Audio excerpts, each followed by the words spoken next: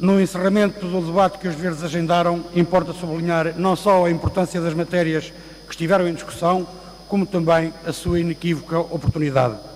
De facto, tanto o TTIP como o CETA poderão ter efeitos muito pesados na vida dos povos da Europa e, sobretudo, no nosso país. E como se viu durante o debate, o que esteve em discussão foi a tentativa do poder económico se sobrepor ao poder político. O que esteve em causa foi saber se consentimos ou não esta pretensão das multinacionais de conquistar a Europa. O que esteve em causa foi saber se pactuamos ou não com a pretensão das multinacionais de procederem a um alargamento e à salvaguarda dos seus fabulosos lucros. O que esteve em causa foi saber se defendemos o Estado de Direito e o primado da lei ou se entregamos o nosso destino de bandeja às multinacionais. E as bancadas, nestes debates, tiveram a oportunidade de o dizer, de que lado estão. Ouvimos falar dos potenciais benefícios para a economia provenientes destes acordos, porque reduzem obstáculos, benefícios para as exportações e para o investimento, oportunidades para as empresas e para os trabalhadores portugueses. É só vantagens. As mesmas vantagens, curiosamente, vindas dos mesmos que há uns anos anunciavam a adesão ao euro como o salto para a bonança. Era só vantagens. A economia vai crescer, as exportações nem se fala, o investimento vai disparar e o emprego vai aparecer. Afinal, foi o que se viu. E agora a solução para os mesmos está nestes tratados. Sucede que os estudos que existem obrigam a uma revisão em baixa de tanto otimismo. Vejamos, em meados do mês passado, Bruxelas deu a conhecer um relatório sobre os impactos esperados do TTIP. E o que nos diz o relatório é que depois do tratado ser implementado na totalidade, portanto, em 2030, a diferença no PIB da União Europeia com e sem TTIP é de apenas 0,5%, isto num cenário descrito no próprio relatório como muito ambicioso. Para Portugal, o mesmo relatório aponta uma taxa de crescimento praticamente residual. E depois, deixemos-nos de conversas.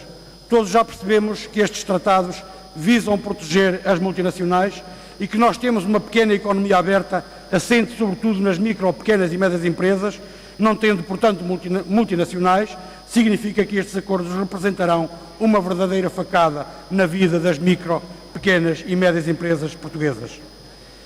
Ou será que alguém acredita que as nossas micro, pequenas e médias empresas vão competir em pé de igualdade com as poderosas multinacionais? Só por brincadeira, só por reserva mental. E sobre o emprego e a criação de emprego, importa recordar o relatório do Parlamento Europeu chamado TTIP and Jobs, e este relatório prevê 1 milhão de europeus poderá perder o emprego como resultado da entrada em vigor do TTIP. A própria Comissão Europeia, aliás, confirma que no mínimo 600 mil europeus perderão o emprego, podendo o número chegar ao dobro se o TTIP for integralmente cumprido. Mas este relatório, apresentado em Bruxelas no mês passado, também sublinha que a União Europeia e os Estados Unidos da América vão emitir mais 21 milhões de toneladas de CO2 para a atmosfera se o TTIP for por diante, pondo em causa os acordos de Paris sobre alterações climáticas. Mas isso, pelos vistos, não interessa nada, porque para as multinacionais o combate às alterações climáticas são uma verdadeira chatice. Como é, aliás, uma chatice, por exemplo, que na Europa só seja permitido o cultivo de um transgénico, enquanto nos Estados Unidos da América se podem cultivar 105 variedades diferentes de transgénicos. É uma chatice. É uma chatice que o TTIP pode resolver às multinacionais e permitir-lhes transformar a Europa num paraíso para os transgénicos e para a sua produção.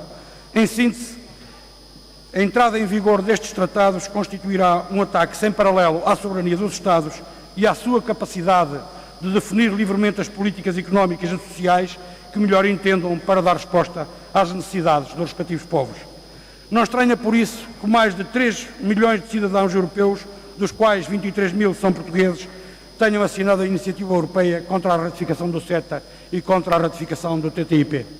Também entre nós, a plataforma Não aos Tratados TTIP, CETA e TISA promoveu uma petição dirigida à Assembleia da República, através da qual milhares de cidadãos portugueses reclamam que o texto do CETA e as suas consequências sejam debatidas publicamente na Assembleia da República e que a decisão sobre a sua ratificação ou não ratificação tenha lugar na Assembleia da República. Aliás, aproveito para daqui saudar a plataforma em nome dos Verdes, sobretudo aqueles que hoje estão aqui connosco a acompanhar os trabalhos.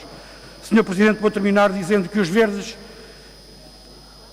defendem a não ratificação do CETA e do TTIP, porque essa não ratificação constitui um imperativo político, mas também um imperativo moral, porque estes tratados representam uma ameaça ao desenvolvimento soberano do nosso país, aos direitos sociais e laborais dos portugueses, uma ameaça aos serviços públicos e aos nossos valores ambientais.